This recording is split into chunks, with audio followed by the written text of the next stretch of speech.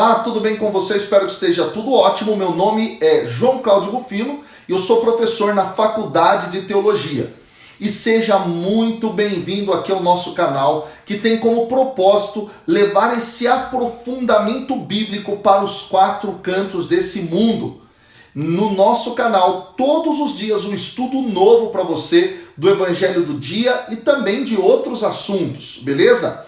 Bom, antes da gente mergulhar neste Evangelho que é maravilhoso, tirado lá de João, no capítulo 6, do versículo 37 ao 40, eu quero te pedir que você possa curtir, que você possa compartilhar o nosso vídeo, que você possa deixar aqui embaixo seus comentários falando um pouco sobre como tem sido para você estudar a Bíblia todos os dias e, além disso, que você possa se inscrever aqui neste canal, assinar também o sininho, não é?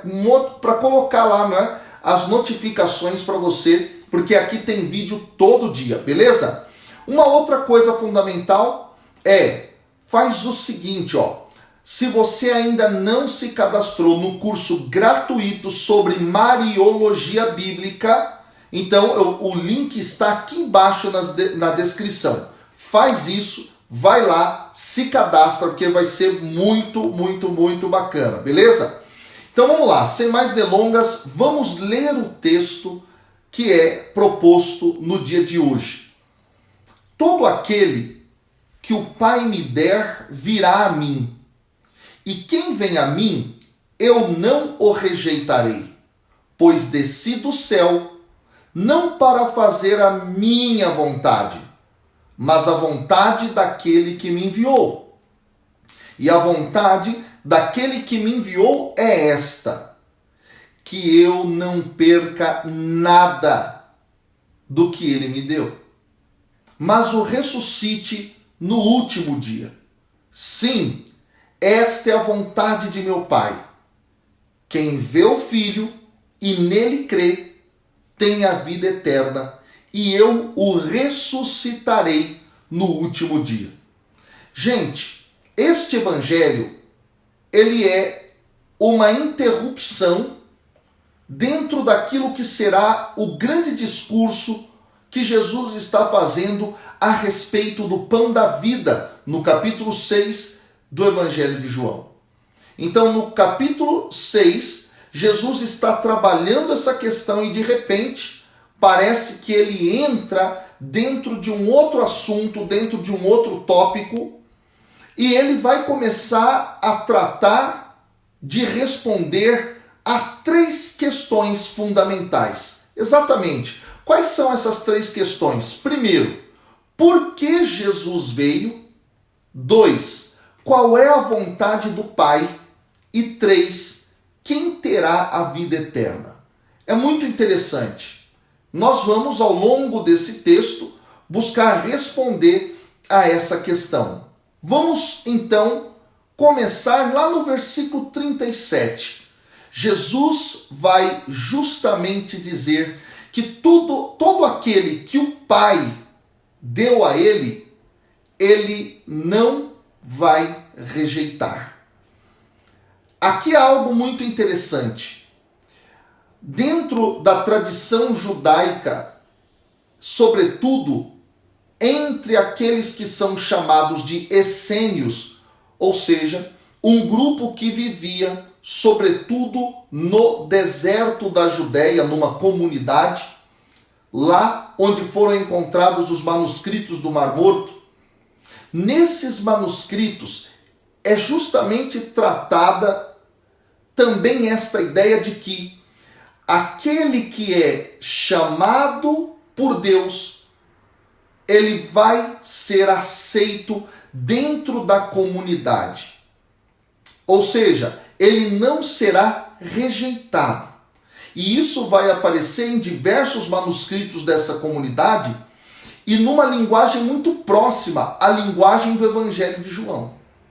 E isso vai demonstrar o que exatamente? Vai demonstrar que Deus, ele com a sua graça, opera na vida das pessoas.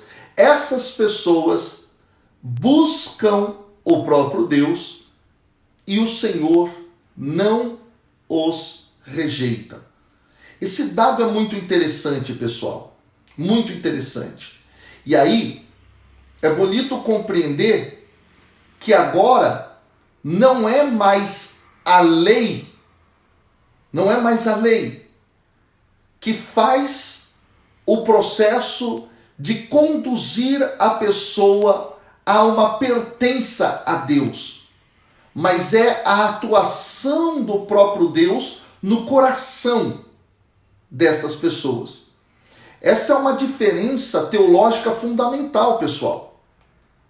Ou seja, não é um esforço humano que leva o humano até o Senhor, mas é o próprio Senhor que faz isso, que atrai.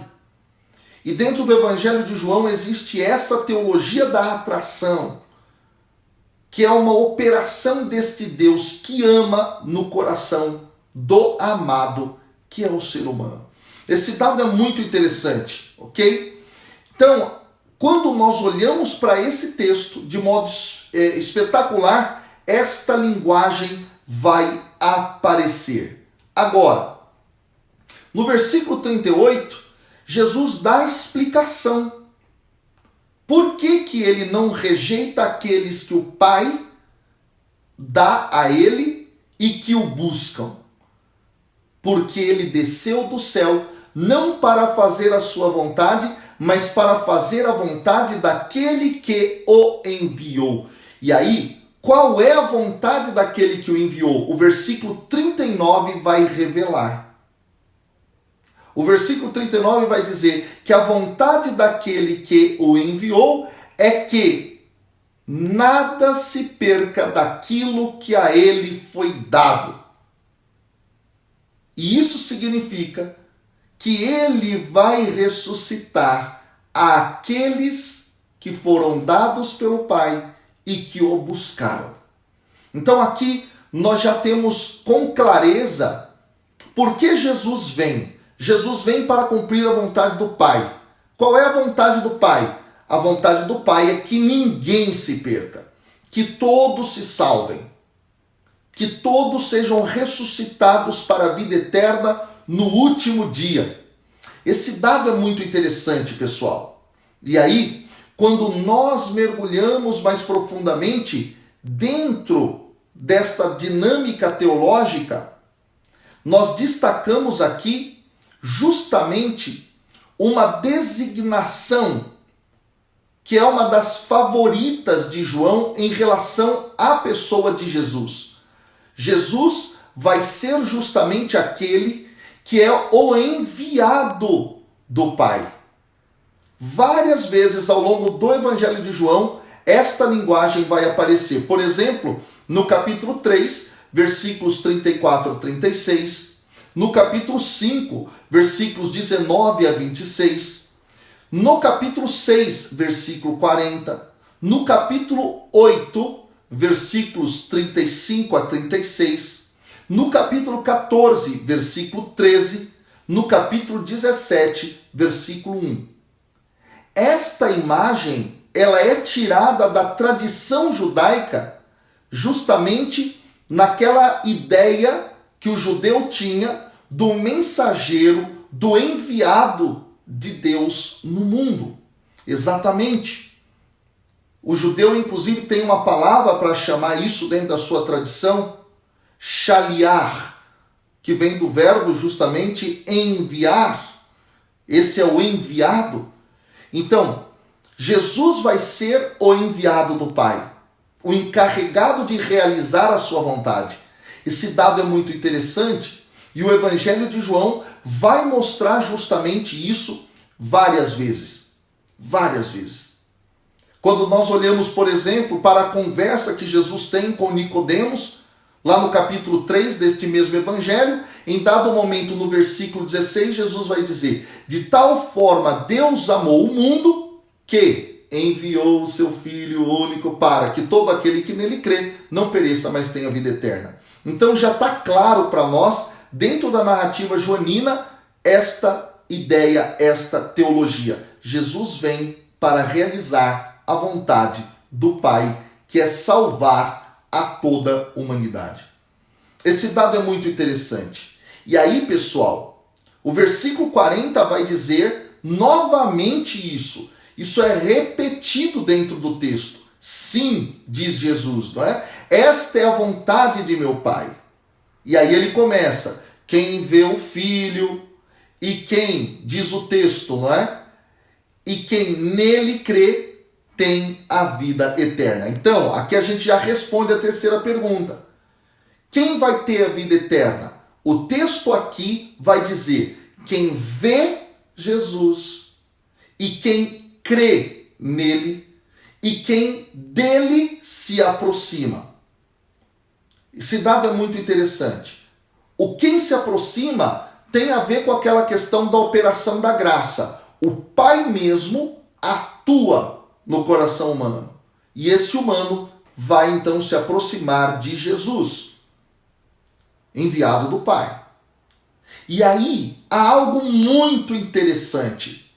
A linguagem de João ela é assim mesmo, cíclica, ele repete várias vezes a informação. O texto vai dizer que quem vive esse processo, não é, de salvação e de ser alcançado por Deus a fim de ressuscitar no último dia, é justamente aquele que vê o Filho. E aqui eu quero destacar isso. Aqui talvez esteja uma das coisas mais interessantes dentro do texto de hoje. Exatamente. Quem vê o Filho. O que é isso? O que João está querendo dizer?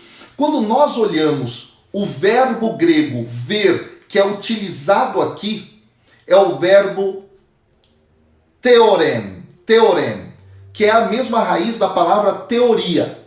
Exatamente. Não sei se você sabia disso. E esse verbo é especial em João. Por quê? Porque ele vai aparecer dentro do Evangelho 24 vezes, pessoal. Olha só, uau, aqui não é qualquer verbo. Aparece 24 vezes. E se a gente comparar com os outros evangelhos, esse verbo aparece somente 2 vezes em Mateus, somente 7 vezes tanto em Marcos quanto em Lucas e em Atos 14 vezes. Em João, Evangelho, 24 vezes. E é muito interessante que dentro do Evangelho de João, o autor vai utilizar 5 verbos diferentes para falar da experiência da visão. Então nós teremos o verbo blepen, nós teremos theastai, nós teremos theorem, que é o nosso verbo aqui, nós teremos o verbo idem e nós teremos o verbo horan. São 5 verbos gregos para falar da experiência da visão. Agora, blepen, por exemplo, que também é verbo relacionado à visão, ele vai ser apenas usado no presente e no imperfeito. O horan, ele vai ser sempre usado no futuro e no perfeito. E o idem vai ser usado apenas naquilo que em grego nós chamamos de aoristo. Qualquer dia eu explico isso para vocês. Agora, o verbo que está aqui, theorem, vai ser um verbo especial. Por quê?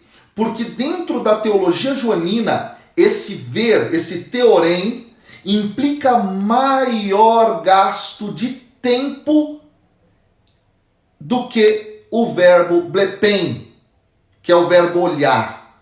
É outra coisa. Tem uma profundidade maior nesse theorem usado aqui. Trata-se de uma maior intensidade de visão, uma profundidade de entendimento. Exatamente porque theorem não é só ver com os olhos da carne. Em alguns momentos ele pode ter esta conotação, mas theorem tem a ver com ver do ponto de vista interno, do ponto de vista de um processamento mental. E isso significa uma profundidade de entendimento. Gente, isso aqui é maravilhoso. Ou seja, esse verbo é muitas vezes ligado à experiência da visão dos sinais de Deus. Esses sinais que vão aparecer em João 7 vezes. Em João não usa muito a palavra milagres, João usa muito o termo sinais. E aí, ver esses sinais é o teorem e significa compreender. Opa, aqui tem algo profundo. Aquele que vai experimentar a salvação é aquele que é capaz de enxergar os sinais de Deus e compreender tais sinais. Ter a compreensão mais profunda. Entender qual é a missão do Filho. Entender a vontade do Pai. Entender o plano salvífico de Deus. E aí, claro, cabe sempre uma questão: quantas vezes nós não vivenciamos este processo na nossa experiência de cristãos, de compreender, de mergulhar no mistério dos sinais de Deus para compreender a sua vontade. É interessante que esse verbo teorem, ele vai ser também utilizado, né, para representar essa percepção mais profunda. E aí é interessante que lá no capítulo 17, no versículo 24, em uma das ocorrências desse verbo, vai aparecer esse verbo ligado àquela noção da visão completa da glória de Jesus. Ou, em outras palavras, o céu. Uau, isso é maravilhoso. Aquele que faz a experiência da salvação é capaz de compreender a vontade, o plano de Deus e contemplar de forma mais clara e completa a glória de Deus, o céu. Que coisa mais linda isso. Esse é quem vai ser salvo e ressuscitado. Não é qualquer um, não. Nesse sentido,